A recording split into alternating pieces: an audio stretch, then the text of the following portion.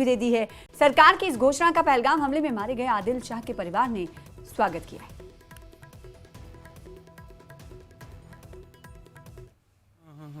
मैं तो ये कहना चाहता हूँ कि जो कल उमर अब्दुल्ला साहब और फारूक अब्दुल्ला साहब जिन्होंने ये कल मीटिंग की, जिसमें ये मेमोरियल उन्होंने की कि हम पहलगाम में जो 26 लाशें हुई हैं जिनके वहाँ पे ये एक्सीडेंट हुआ है, तो उनमें एक लड़का मेरा भी है जिसका नाम सैयद आदिल हुसैन शाह है।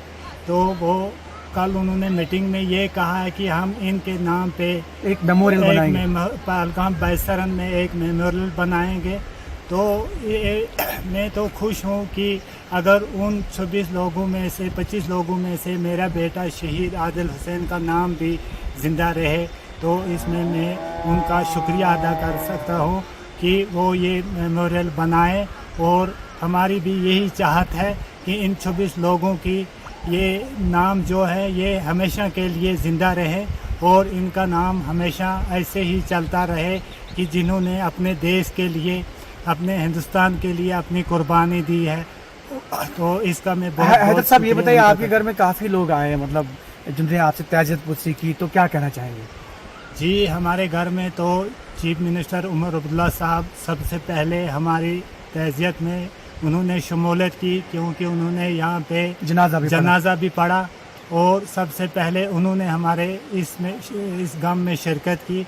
लेकिन फारूक अब्दुल्ला भी आए और बहुत सारे मिनिस्टर भी आए जिनका कितनों का नाम लूँ मैं तो, लेकिन हिंदुस्तान के जो सब मिनिस्टर हैं सब आए, सब मीडिया वाले वो भी आए और सब सिविल लोग जो है सब उन्हें हमारे साथ शमूलियत की।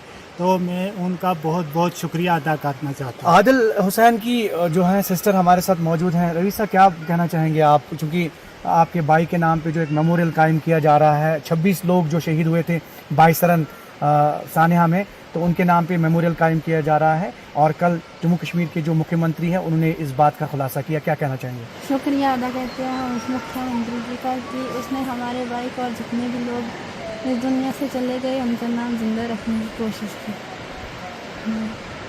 और आप ये देख रहे हैं जो पूरा अहल खाना है ये कह रहा है कि शुक्रिया, और शुक्रिया की तहरीक इन्होंने यहाँ पे जो है वो पेश की, और साथ में इन्होंने ये कहा कि जो मेमोरियल बनने जा रहा है उस मेमोरियल के बनने के बाद जो है इनके बेटे का नाम, चूँकि बाकी 25 लोग और इनके बेटे का नाम सैयद आदिल हुसैन का नाम जो है वो अमर रहेगा, और कहीं ना कहीं यादगारी जो है ये यादगारी मेमोरियल जो कायम किया जा रहा है उसके ज़रिए इनका बेटा भी जो है वो ज़िंदा रहेगा। ज़ोहर रिज़वी, न्यूज़ 18 नेटवर्क, हापत।